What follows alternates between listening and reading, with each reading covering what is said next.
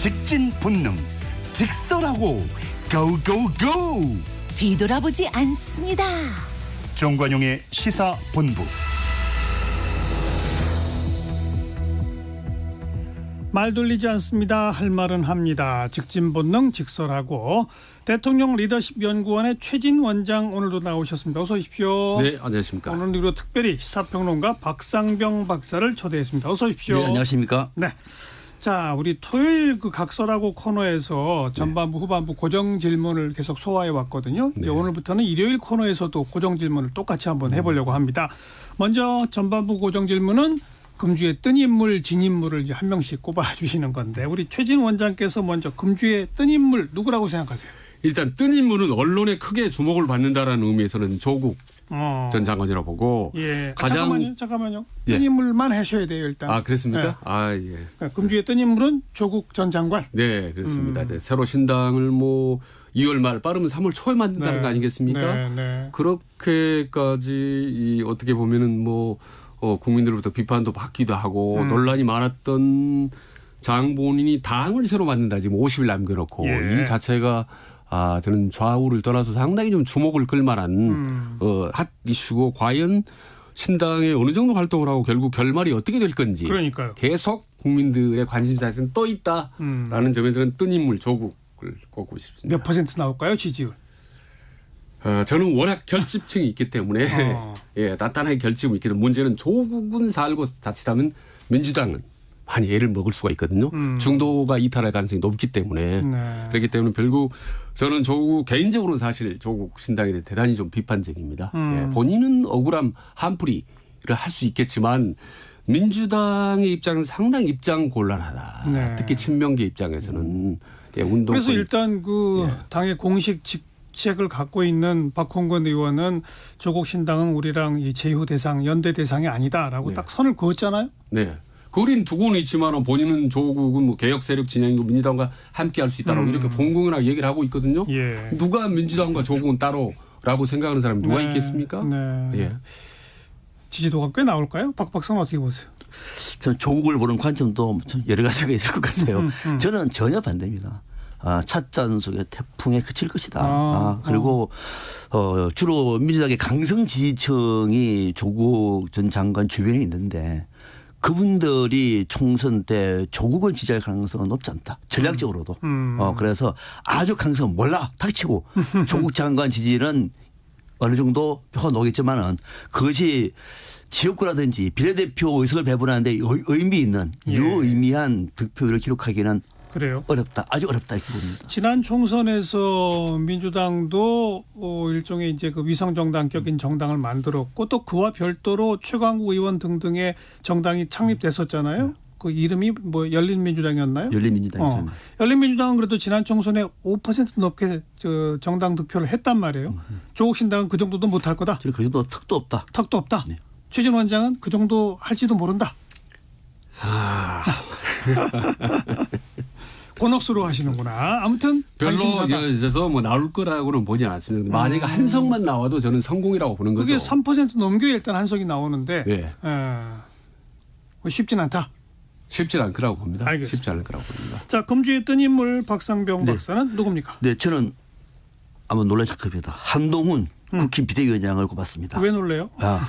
그래요? 그렇습니까? 아니 누구나 할 수 있습니다. 그래요? 네네. 매주 뜨고 있는데요. 뭐 한동훈. 그렇습니까? 이번에 굳이 제가 이 잡은 이유가 설 연휴를 기점으로 해서 그 이후에 국민의힘이 상승세예요. 네. 지지율. 일일이 제가 또 소개를 안 합니다만은 뭐 오늘 또 어제 나왔던 쭉 이런 대부분 네.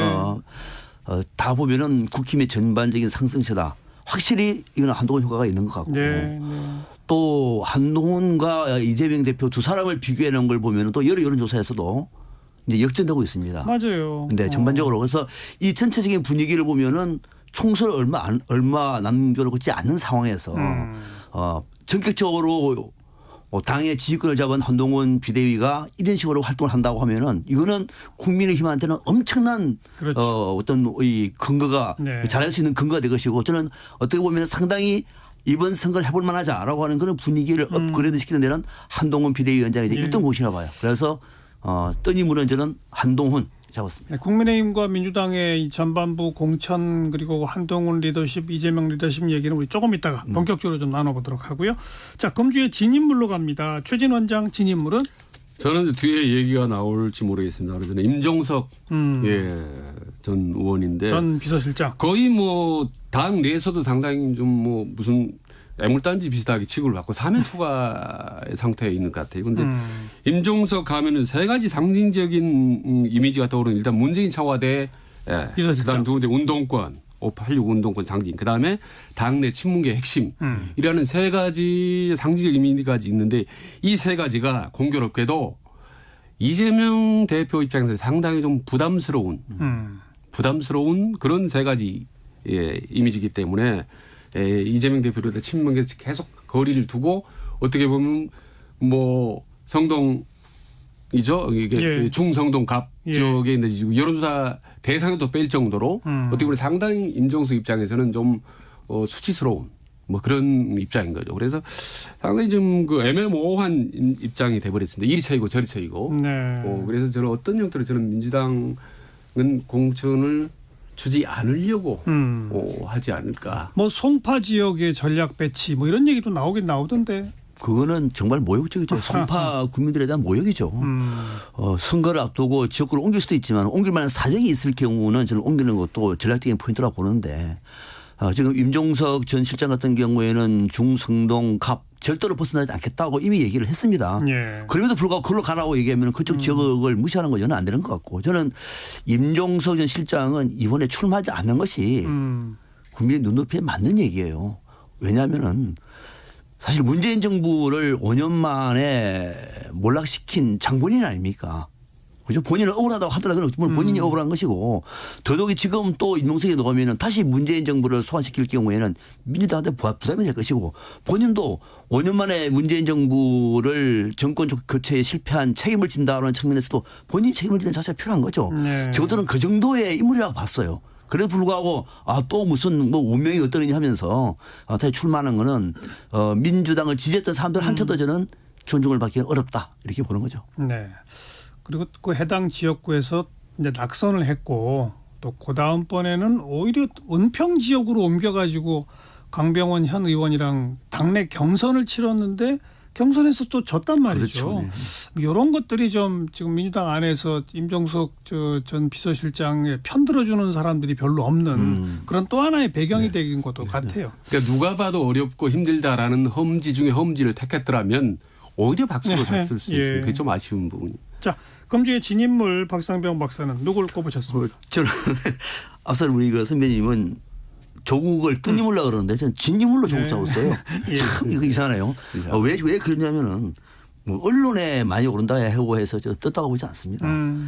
조국 전 장관이 이번 기회에 불출마를 선언한다고 하면은 지금 얼마 전에 2심에서 유죄를 받았잖아요. 네. 죄질이 나쁘다 그랬잖아요.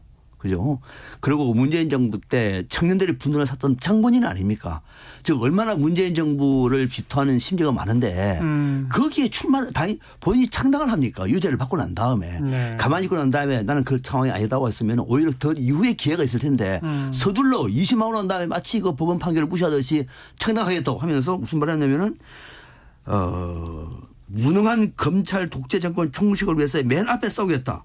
검찰 독재 정권하고 조국하고는 관계없어요. 조국 전 장관은 개인 비리예요.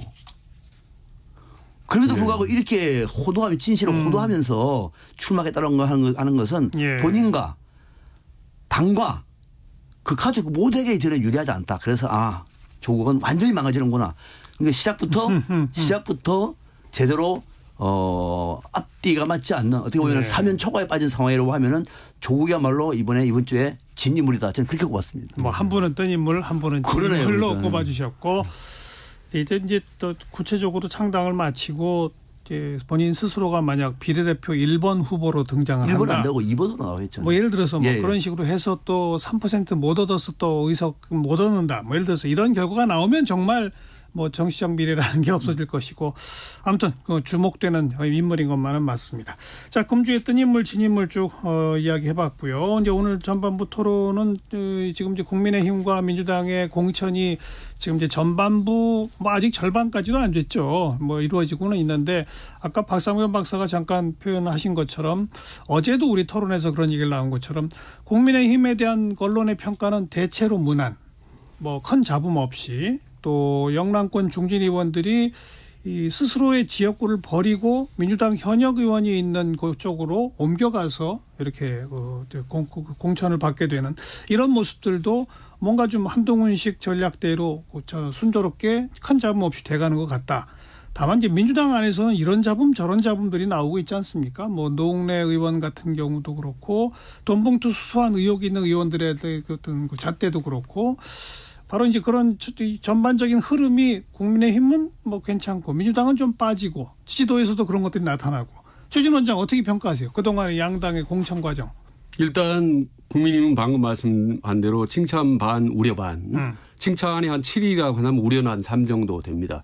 왜냐하면 뭐 아시다시피 정치 경험 전혀 없는 한동훈이 이 어려운 공천을 진두지휘하는데 별다른 특별한 잡음이 없다. 무엇보다도 이번에 공천하면 틀림없이 국민의힘에는 친윤들 그다음에 검찰 출신 용산 출신들이 낙하산 우르르 쏟아 내려올 줄 알았는데 그게 오히려 없이 봤다는 점에서 상당히 그 긍정력 높이 아직까지는 한두 명밖에 아직까지는 그렇습니다. 한두 명밖에 없는 거죠. 아주 우르르 몰려올 줄 알았는데 의외로 그렇고 그리고 또 공천 사략질 예를 들면 김성태 전 의원 같은 경우는 상당히 반발을 하다가 돌아섰죠. 딱 돌아섰다면 이건 쉽지 않습니다. 예. 더구나 김성태 전 의원 그 캐릭터 아는 분들은 쉽지 않죠. 그런데 이제 앞으로가 더 이제 첩첩한 게 남아 있죠. 이런 부분이 이제 남아 있고 민주당 같은 경우는 지금 보면은 상당히 잡음이 있지만 20%가 저는 판도라 상자라고 봅니다. 하위 20%의 판도라 상자 뚜껑을 여는 순간 이게 바로 엄청난 많은 파문이 일으킬 수가 있습니다. 그래서 그 안인 20% 누구냐? 주로 비명계라든지 하면 바로 민주당이나 이재명 대통령 반대하는 뭐 성명이라든지 활동을 하고 그다음에 또 제3지들 옮겨갈 수도 있고 아주 대혼란 상황, 카오스 상황이 올 수가 있다고 봅니다. 네. 그래서 이게 계속 늦어지고 있기 때문에 지금 민주당의 공천 잡음 정도는 아무것도 아니고요. 그 정도는 뭐 어느 정당에 있는 겁니다. 근데 이 20%의 판도라 상자 이게 저는 앞으로 참 관건이라고 봅니다. 네, 그렇죠. 지금까지는 저도 한동훈 비대위 체제에서 공관위가 제 역할을 하겠는가 솔직히 우려했던 목소리가 많지 않았습니까? 대통령실이 리스트를 만들어서 당으로 보내주면 한동훈이 어떻게 할까 등등의 시나리오도 많았는데 그렇죠. 지금 보니까는 전혀 그게 아니란 말이에요. 아직까지는 아직까지는 그렇죠. 아니고 더더욱이 아까 우리가 얘기했다시피 대통령실 주변에서 인사들이 경선에 가는 거 외에 탄소 후보는 지금 2명이에요. 거기다가 당내 중진들도 지금 대부분 경선 지역으로 포함이 되고 뭐 김태호 의원이라든지 이런 분들은 또 낙동강 별도로 전진 배치되는 그러니까요. 이런 상황이고 또 결정적으로는 앞서 말씀하셨던 김성태 전 원내대표 같은 경우에는 본인도 얼마나 억울하겠습니까 그때. 그럼에도 불구하고 당의 결정에 대해서 반발을 하다가 적극적으로 수용한 것은 당에 굉장히 큰 힘을 실어준 것 같아요. 이런 것들 보면은 한동훈 비대위의 공천은 상당히 무난하게 되고 있다. 그러나 아직까지는 지금 시작이거든요. 내일부터 이제 뭐 하위 컷오퍼 전략공천 얘기가 나오면 어떨지 모르겠습니다만 지금까지는 생각보다 훨씬 더 매끄럽게 잘하고 있다. 민주당은 공천도 하기 전부터요. 임종석 논란, 추미애 논란, 조국 논란 또 거기다가 송영길 논란 이것들은 앞서 말씀하신 것처럼 이분들이 민주당에 당적이 있든 없든의 문제가 아니라 민주당으로 이미 카테고리화 되지 않습니까? 이걸 바라보는 국민들은 어떨까요? 쟤네들은 뭐 하는 거야? 당장 그런 얘기가 나올 수밖에 없어요. 그러니까 지지도에 반영이 되는 바로 그 대목인데 그래서 이런 상황에서 또 이재명 대표가 사적으로 만나가지고 누구한테 무슨 자료를 들어대면서 출마하지 말라고 얘기하는 거는 이거는 당 대표로서는 적절치 않아요. 왜? 지금 공천은 공천관리위원회가 하는 것이 정상이에요. 그렇게 또 한동훈 비대위원장을 비판했던 경우도 그런 거라고 하면은 이 뭔가 내부에 민주당 내부에 보이지 않는 조직이 있는 거야? 걔들끼리 따로 자료를 가지고 좀 들어대는 건가? 이렇게 말할 수 있는 오해가 있을 것이기 때문에 민주당의 공천은 시작부터 상당히 삐걱거리고 있다. 그렇죠. 그것이 여론조사에 그대로 반영되고 있다. 이렇게 봅니다. 1시 32분입니다. 잠깐 교통정보 전해드리고 토론 이어가죠. 정현정 씨. 네, 도로는 오늘 다른 주말과 비교해서 비교적 한산한 편인데요. 먼저 경부고속도로 서울 쪽입니다. 청주 휴게소 부근부터 정체 시작됐고요. 목천 부근에서도 밀리고 있습니다. 양재 부근에서 반포까지는 6km가량 정체고요. 반대 부산 쪽으로는 한남에서 서초까지 밀립니다. 경인고속도로 상황 역시 서울로 들어오는 차들 많은 상황인데요. 신월 부근에 정체 있고요. 영동고속도로 인천 쪽은 주의가 필요하겠습니다. 호법분기점 부근에 승용차 고장나 있습니다. 중부 내륙고속도로인데요. 양평 쪽으로 충주분기점 1차로는 승용차 관련 사고 처리하고 있어서 여파로 막히고 있고요. 여주분기점에서도 정체 있습니다. 서울 시내 상황은 대체로 한산한 흐름인데요. 북부간선도로 종안분기점 방향으로 묵동 나들목에서 월릉분기점까지 막히고요. 올림픽대로 공항 쪽은 한남대교에서 반포대교까지 정체입니다. 안전운행하시기 바랍니다. KBS 교통정보센터에서 정현정입니다.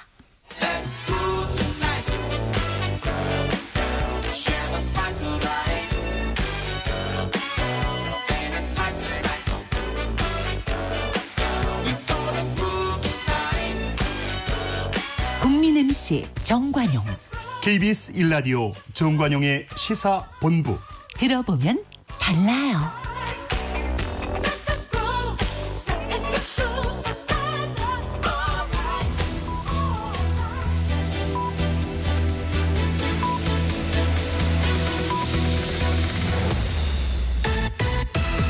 직진 본능.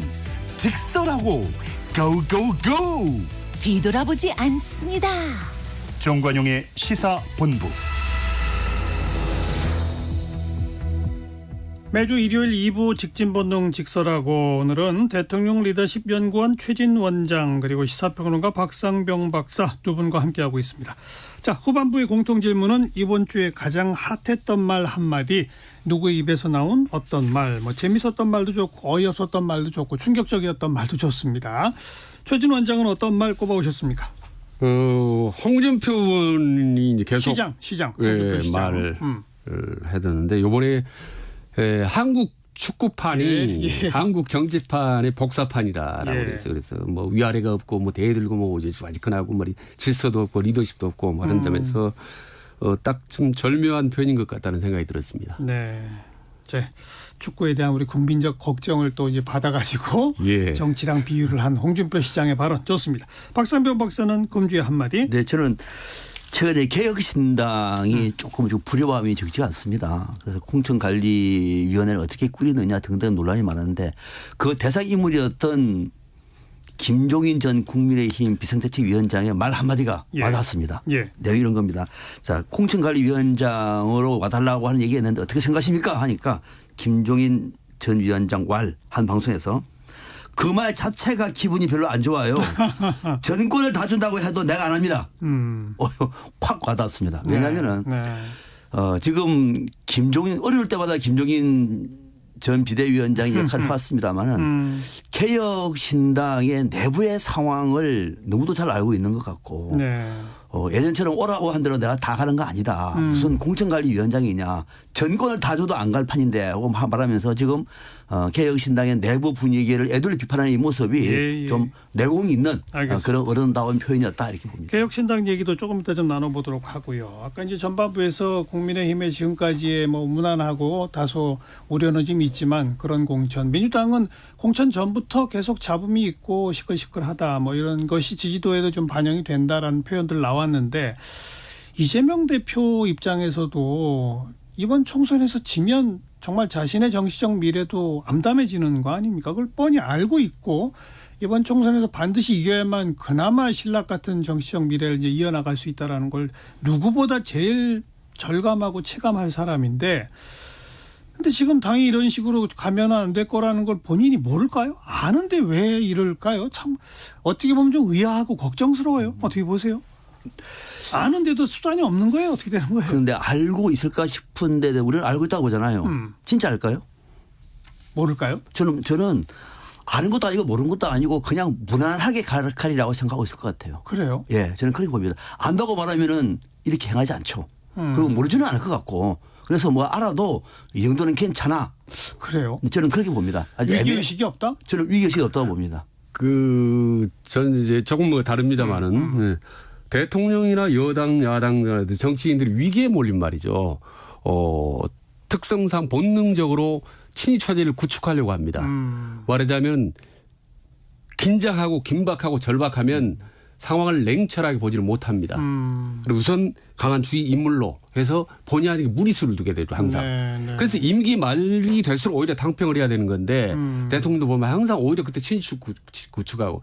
그래서 지금 여러 가지 정치적 상황으로 볼 때 이재명 대표는 화면에 TV에서 웃고 나오지만 상당히 심리적으로는 상당히 절박하고 위기의식을 느낄 겁니다. 예. 그렇기 때문에 냉철한 판단력을 제대로 못하고 지금 저는 친위체제 이른바 찐 명계를 만드는 거죠. 근데 그러면 그럴수록 당은 총선에서 질 거라는 걸 모른다. 냉철하게 판단을 못하는 겁니다. 그러면 그럴수록 내가 단단하게 만들어야 내가 살 수 있다고 생각하는 거죠. 그래요? 참. 정치라는 게 그렇습니까? 그 이재명 대표와 관련해서 저도 한 오래 전부터 민주당이 이번 같은 경우에는 바람을 탈 것이다. 왜냐하면 정권 심판론을 막기가 어렵거든요. 여권에서는. 예. 또 윤석열 정부의 중간 평가할 대목도 있는 것이고 지지율이 좋으면은 정권 안정론에 힘이 실릴 것이고 그렇지 않으면 심판론을 하지 않습니까? 그러면서 민주당은 지난번에 강서구 구청장 보궐선거 때 실제로 여론 안 봤습니까? 그죠? 그러니까요. 그 정도 여론이라고 하면은 17% 차이였는데. 그렇습니다. 뭐 그것이 강서구만이 아니라 대체적인 수도권의 여론이라고 얘기하면은 아마 이재명 대표도 이대로 가면 이긴다고 생각하고 있을 것 같아요. 아직도? 네, 이대로 가면 이길 것이다. 또 워낙 윤석열 정부에 대한 여론이 안 좋은 걸 알고 있기 때문에 그건 알고 있는데 큰 문제가 없으면 이대로도 이긴다고 생각하고 있을 것 같고 그래서 그 점에 그것이 아니라 총선을 앞두고서는 여론이 크게 요동칠 것이기 때문에 이재명 대표가 더 많은 당내 인적 세세를 위해서는 본인 스스로도 결단할 필요가 있다. 저는 그런 주장을 해왔거든요. 어떤 결단을 하면 좋을까요? 저는 불출마 선언을 얘기했습니다. 불출마 본인이 불출마 선언을 하면서 당 대선 주자이기 때문에 또 누가 보더라도 1등 대선 주자 아닙니까? 그러면은 본인이 총선 이후에 총선 승리를 견인하다고 하면은 그 성과는 오롯이 이재명 대표한테 갈 것인데 본인이 그것을 내놓고 난 다음에 당을 총선 지휘하고 본인이 물러난다고 하면은 다른 의원들도 물러난다는 아무런 불만이 없지 않겠습니까?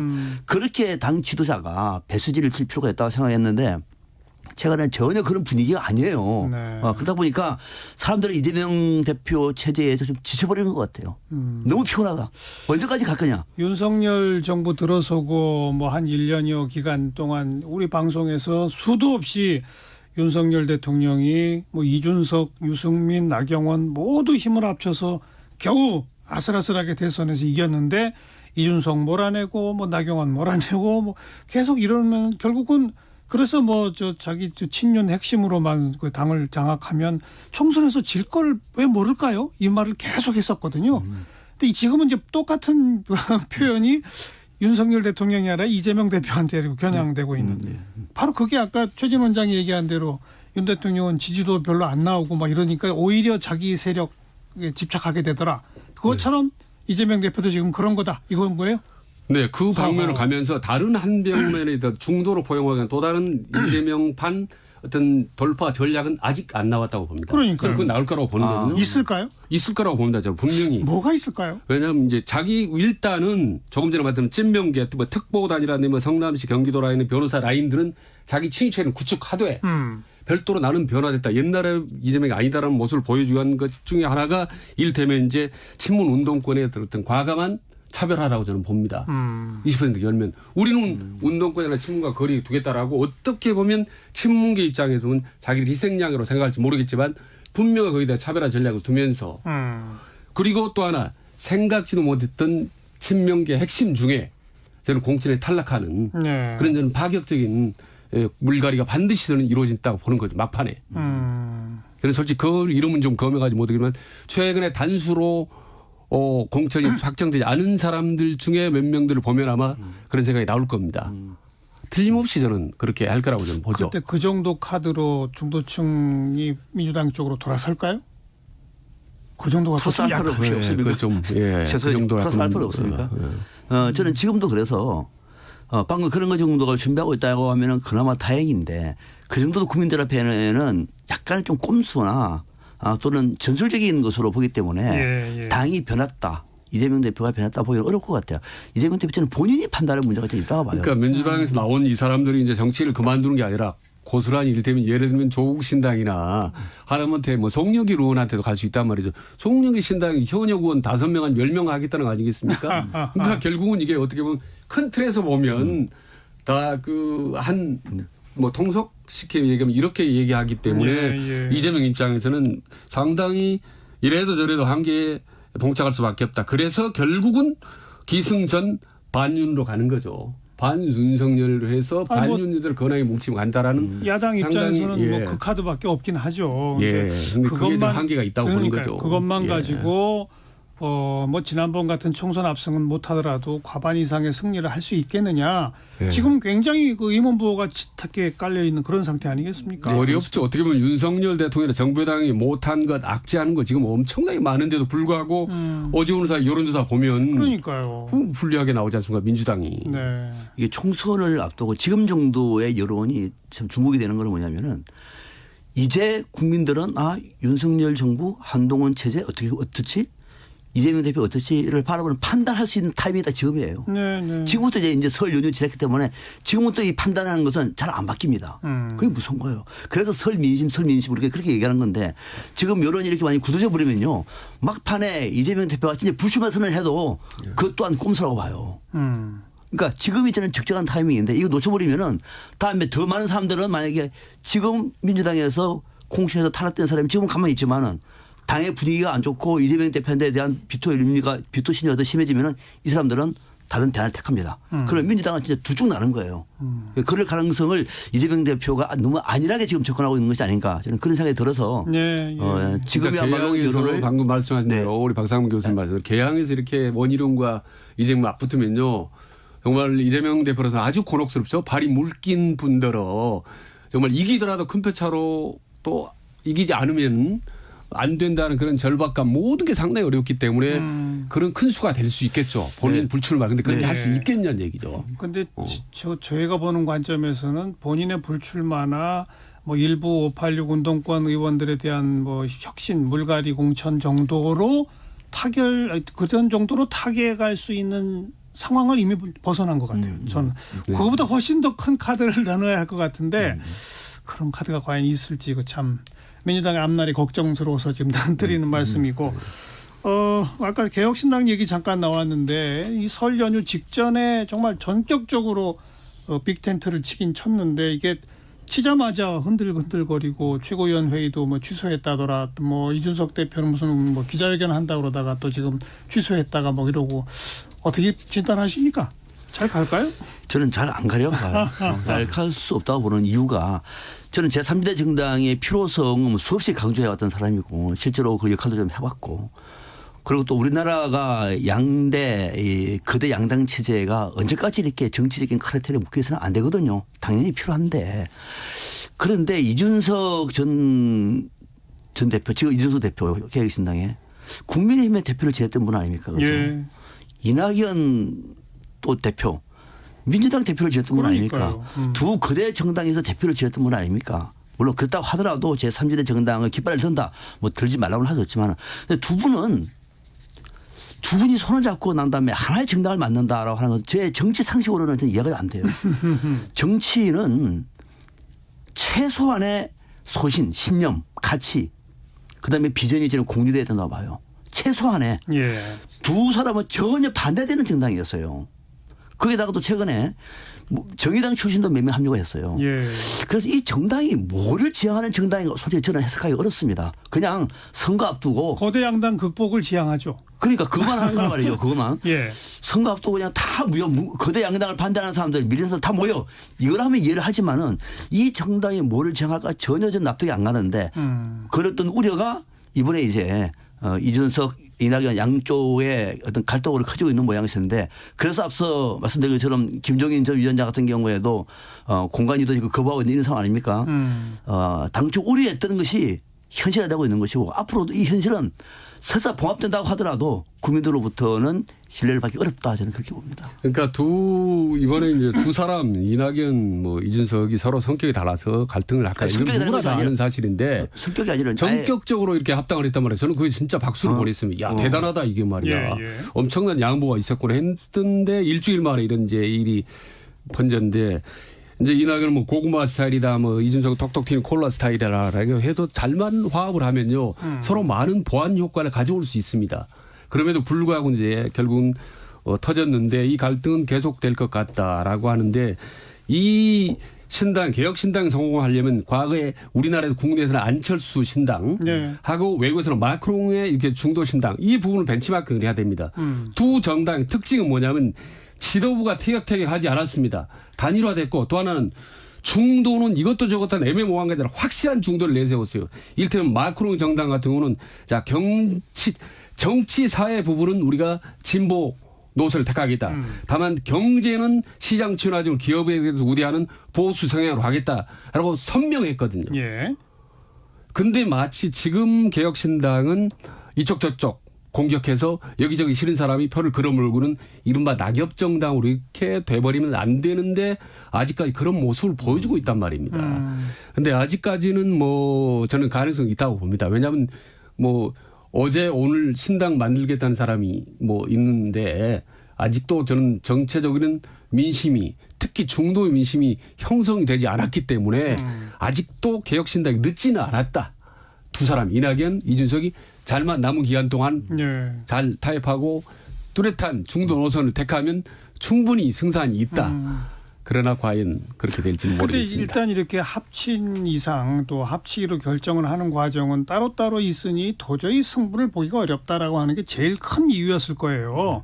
그래서 합친 이상 이제 다시 티격태격하고 갈라지면 공멸한다는 걸 누구보다 가신들이 알기 때문에 저는 갈등은 또 좀 봉합하고 수습하면서 갈 거라고 보고 또 최진 원장이 얘기한 것처럼 어쩔 수 없이라도 중도 노선을 걷는 그런 정책 공약 같은 거를 내세울 수밖에 없을 거라고 봅니다. 근데 그랬을 때 이제 과연 국민의 몇 퍼센트 정도 지지를 얻게 되느냐, 그다음 그 몇 퍼센트가 국민의힘 쪽에 데미지를 더 주느냐, 민주당 쪽에 데미지를 더 주느냐, 이게 관건 포인트 아닙니까? 어떻게 보세요? 개혁신당이 얼마나 사실 그 득표율을 보여줄지는 아직은 좀 판단하기는 지금 시기상조죠. 당에 뭐 후보도 아직 안 나와 있고 또 비례대표도 아직 없고 또 정책도 아직 제대로 아직 안 나온 상황에서 이런 말 저런 말 하기 어렵지만 그러나 제가 말씀드리는 것은 개혁신당이 제3지대 정당을 표방했다고 하면은 이준석의 노선과 이낙연의 노선은 전혀 다른 길이다. 그 둘이 뭐 만나가지고 비빔밥처럼 아주 멋있게 잘 조화가 되면은 물론 좋겠지만은 저는 정치는 비밥이 아니기 때문에 조화될 수 없다. 쉽게 말하면 이준석의 안티 페미니즘하고 요정의 페미니즘하고는 저는 섞여서는 안 된다고 봐요. 저는 그 각을 같이 해야 된다. 경쟁이 돼야 된다는 걸 보는 것이고 이준석의 2030의 청년층 지지층과 노인 세대와 칼리치기 하는 그 전략이 저는 이낙연 대표한테는 통해서는 안 된다고 봐요. 그런데 그것이 만약에 뭉친다고 얘기하면은 그 뭉치는 그 전략에 대해서 국민들이 신뢰를 할까? 선거 앞두고 그냥 좋은 말 하는 거라고 저는 생각할 것이기 때문에 그거는 저는 안 된다고 보는데 다만 어느 정도 표가 나오면은 지금의 민주당이나 국민의힘 어느 쪽에 타격을 줄까? 예, 예. 저는 국민의힘에 더 큰 타격이라고 봐요. 그래요? 예, 저는 그 이유가 다 한 가지입니다. 뭐냐면은 이준석의 개혁신당을 지지하는 표의 다수는 그래도 청년층이 많아요. 2030 청년층이 예. 많고 2030 청년층은 특정 정당에 충성심 있는 사람이 아니기 때문에 그들은 국민의힘 지지를 벗어날 가능성이 높아요. 묻지마 이준석을 지지할 가능성이 높습니다. 이낙연 대표를 지지했던 사람들은 전략적인 선거 때문에 안 갈 거예요. 민주당 쪽으로 다시 간다. 다시 돌아옵니다. 그러면은 그동안에 2030을 붙잡아놓았던 국민의힘 같은 경우에는 물론 큰 뭐 이렇게 지지율 변동을 얻겠지만은 단 몇백 표라도 접전적이 있지 않습니까? 수도권에서는. 예. 그 같은 경우에는 저는 오히려 국민의힘 후보가 더 불리할 것이다 이렇게 최진 보고 원장 있습니다. 어떻게 보세요? 저는 지난번에 말씀드린 진짜 어떻게 보면 뻔한 얘기라고 할 수 있는데요. 최근에 민주당이 지지율이 떨어진 것은 개혁신당이 민주당 지지율을 잠식했다라는 보도가 많지 않습니까? 예. 저는 그 동의하지 않습니다. 그래요? 예. 어차피 민주당이 공천을 잘못하고 최근에 티격태격 내분이 많았기 때문에 지도가 떨어질 수밖에 없었던 거고 만약에 개혁신당이 민주당 지지율을 많이 잠식했다면 개혁신당의 지지율이 높아야 되잖아요. 전보다 더 낮아요. 그렇기 때문에 전혀 이건 흩어져서 공중에 떠서 중도표로 가 있는 거다. 따라서 결론은 민주당이나 국민의힘이라든지 개혁신당이 각각 따로따로 움직여서 더 많은 중도표를 가지고 오는 정당이 승리할 수밖에 없다라고 보고 예. 아직까지 중도 정당은 미동도 하지 않고 있다. 약간씩 움직이고 있지만 중도 별 큰- 표심은 예. 미동도 안 하고 있다. 그래도 뭐 예를 들어서 한 10% 정도 나온다고 치면 정당 지지도에서 그게 민주당의 마이너스보다는 국민의힘의 마이너스가 더 크다라는 박 박사 의견에는 동의하십니까? 저는 그 동의 안 합니다. 그래요? 예. 각각의 자기 독자적인 중도 측의 표가 있기 때문에 표가 갈랄 뿐이지 어느 쪽을 갉아먹거나 뺏어오거나 하는 것이 그게 큰 변수는 되지 않는다고 보죠. 그래서 저는 항상 더 이상 반사 효과, 반사 이익은 저는 없다고 보는 거죠. 예. 네, 네. 근데 유한한 그 유권자 수가 유한하지 않습니까? 어차피 표는 나눠 먹는 거거든 말이죠.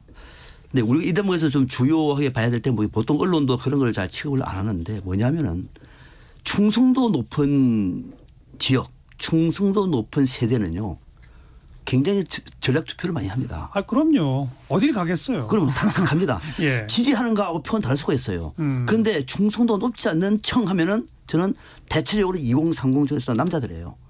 이분들이 움직이면 대단합니다. 네, 네. 오세훈 알겠어요. 근데 이분들은 과감하게 저는 국민의힘 지지를 철회할 가능성이 높기 때문에 그래요. 상대적으로 국민의힘에서 조금이라도 더 손해를 본다 이렇게 판단을 내리는 거죠. 자, 뭐 박 박사님의 의견이 옳을지 최진우 원장의 의견이 옳을지 또 좀 더 지켜보도록 하겠습니다. 오늘 직진 본능 직설하고 여기까지 할까요? 대통령 리더십 연구원 최진우 원장, 시사평론가 박상병 박사 두 분과 함께했습니다. 고맙습니다. 고맙습니다. 감사합니다. 네, 다음 주 토요일 2월 24일 러시아의 무력 침공으로 시작된 우크라이나 전쟁이 꼭 2주년을 맞는 날이에요. 2022년 2월 24일이 러시아의 공격이 시작된 날입니다. 네, 벌써 2년이네요. 그래서 이 한국외국어대학교 우크라이나어과 올레나 쉐겔 교수, 또 국제문제 전문가 서울신문의 송현서 기자, 또 고려인 이 피난동포들 선교 사역하고 있는 김종홍 선교사 세 분 모시고 관련한 이야기 다음 주 토요일 날 나누겠습니다. 다음 주도 기대해 주시고요. 김현숙의 그날 들으면서 오늘 순서 마무리합니다. 안녕히 계십시오.